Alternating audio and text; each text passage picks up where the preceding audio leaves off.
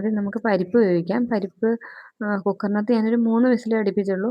3 വിസിലടുപ്പിച്ച് പരിപ്പ് വേവിച്ചിട്ട് അതിൻ്റെ വിസിൽ പോകുന്നിടം വരെ വെച്ചേക്കണം. എന്നിട്ട് അത് കഴിഞ്ഞ് നമ്മളത് തുറന്നിട്ട് അതിനകത്തോട്ട് പച്ചക്കറി ഇട്ട് പിന്നെ കായമാണെങ്കിൽ കായം, അല്ല കായപ്പൊടിയാണെങ്കിൽ കായപ്പൊടി അതൊന്ന് വെച്ചിടണം. ഞാനിപ്പോൾ ഇവിടെ കായം ഇട്ട് പിന്നെ മല്ലിപ്പൊടി, മുളക് പൊടി, ഉലുവാപ്പൊടി, ഉപ്പ്, പിന്നെ കറിവേപ്പില ഇത്രയും കൂടി ഇട്ടിട്ട് നല്ലതായിട്ട് മിക്സ് ചെയ്യണം. മിക്സ് ചെയ്യുമ്പോൾ തന്നെ നല്ല സാമ്പാറിൻ്റെ ഒരു ലുക്ക് വരുന്നുണ്ട്. മിക്സ് ചെയ്തിട്ട് അത് നല്ലതായിട്ട് പച്ചക്കറികൾ വേവിക്കണം.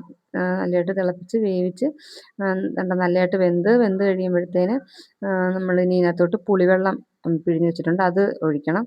അതും കൂടെ ഒഴിച്ച് കഴിഞ്ഞിട്ട് ഒന്നും കൂടെ ഒന്ന് ഉപ്പ് നോക്കണം. പുളി ഒഴിച്ച് കഴിയുമ്പോഴത്തേനും ഉപ്പ് ചിലപ്പം ലേശം കുറയും. അപ്പോൾ ഉപ്പ് വേണമെന്നുണ്ടെങ്കിൽ കുറച്ചും കൂടി ഉപ്പിട്ട് കൊടുക്കണം. എന്നിട്ട് പിന്നെ ഈ തക്കാളിയും വെണ്ടയ്ക്കയൊക്കെ ചിലർ പിന്നല്ലേ വഴറ്റിയിടുന്നത്. എല്ലാവരും അങ്ങനെ ചെയ്യുന്നത്. അപ്പോൾ അങ്ങനെയാണെന്നുണ്ടെങ്കിൽ അത് പിന്നിടണം. ഇതിപ്പോൾ ഞാൻ ഒരാൾക്ക് ഉപ്പ് നോക്കാൻ കൊടുത്തത്. നോക്കിയോ? കൊള്ളാവോ? ഉപ്പൊന്നുമില്ല. വേറെ ഉപ്പിട്ടത്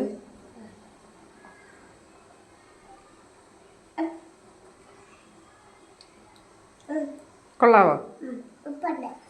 ഉപ്പുണ്ട്. കൊള്ളാവോ? ഇതെന്തു സാധനം? സൂപ്പറാണോ?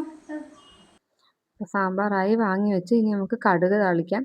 കടുക് വറുക്കാനായിട്ട്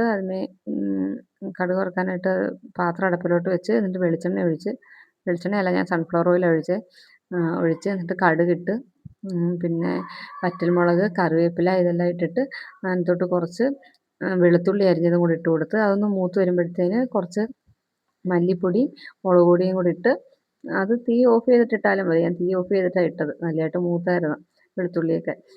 അത് ഇട്ടിട്ട് നമുക്ക് സാമ്പാറിനകത്തോട്ട് ഒഴിച്ചിട്ട് നല്ലതായിട്ട് ഇളക്കി അടച്ചു വെക്കാം. അപ്പോൾ അത്രയേ ഉള്ളൂ. സാമ്പാർ റെഡി ആയിട്ടുണ്ട്.